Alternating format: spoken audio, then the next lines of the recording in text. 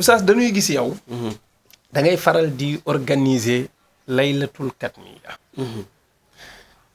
lan mooy laylatul katmiya d'abord ak yow lan moo tax nga di ko organiser boo ci jiital ci tontu bi ñaar yooyu dina baax waaw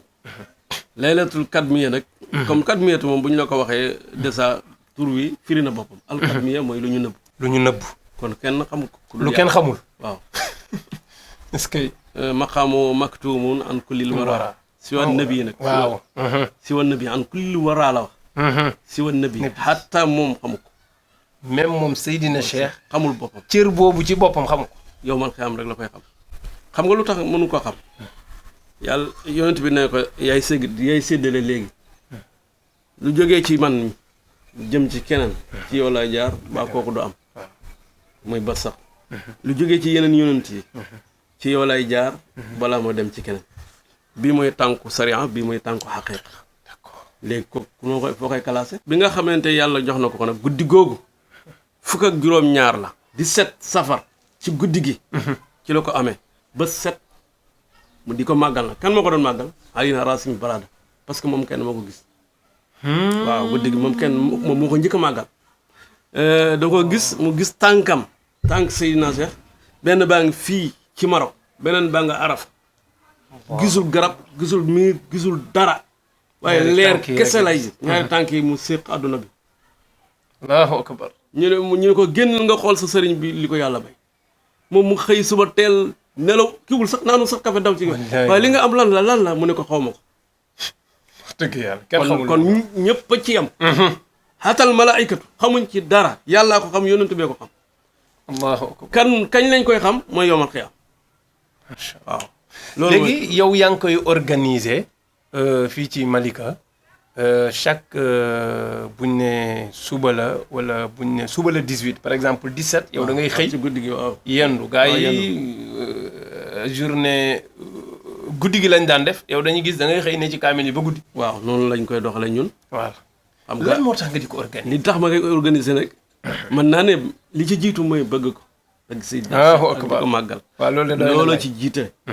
ginnaaw loolu nag am nañ si ay ndigal yu wuute yu bari yoo xam ne dañ ko feddali ay nit yu baax xataa ki ci mujj mooy Chérif Seyd Aliyin Aydara Tijani xam ne Mouhamad Habib Tijani bi nga xam ne moo nekk fii ci Pikine nga xam ne kooku papam mi ngi tuddoon Mahamadou Bachir Mahamadou Bachir Mahmoudou ko jur Mahmoud Mouhamadou Habib Kabir moo ko jur Mouhamadou Kabir Seydi Cheikh Ahmad Tidiane moo ko radiyallahu anhu noonu la jege na lool waaw mu ngi noonu kooku nag moo ñu ci mayaan digal ba léegi nii sax biñ koy waaj a def nii ren woo nañ ko téléphone demaguñ ba ci moom sàkku na sax pour ñu dem waxtaane ko macha allah joxe na accord am na incha allah dina ñëw fekkee man ngeen dundal waaw laylatul katmiya waaw macha allah loolu tamit da ko boole ijaasa itlaax jox ñu ko macha allah loolu maanaam lu tax ñu koy wax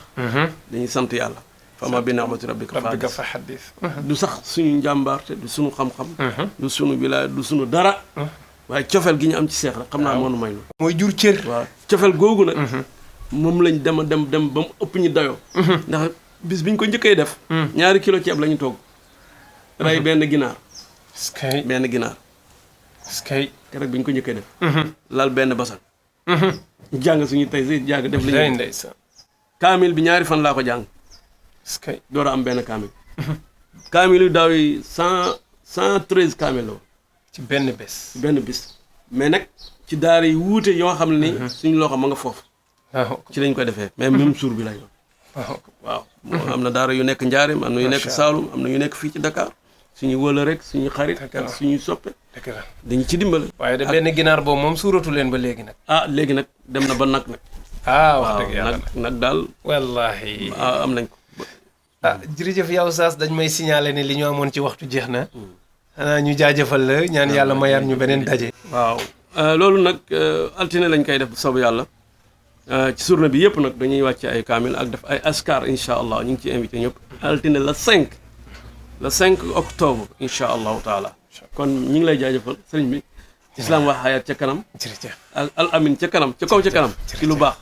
barke Seydi Cheikh Ahmad Tidiane. wassalaamu radiyallahu taala aleykum salaam wa rahmatullah wa barakatuh. jërëjëf yaa Oustaz ñi ngi lay jaajëfal bu baax di la masawu coono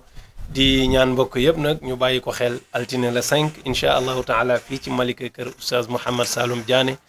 gars yi laylatul katmiya la ñu daan wax waaye moom yawmul katmiya ngay wax macha allah yal na yàlla barkeel.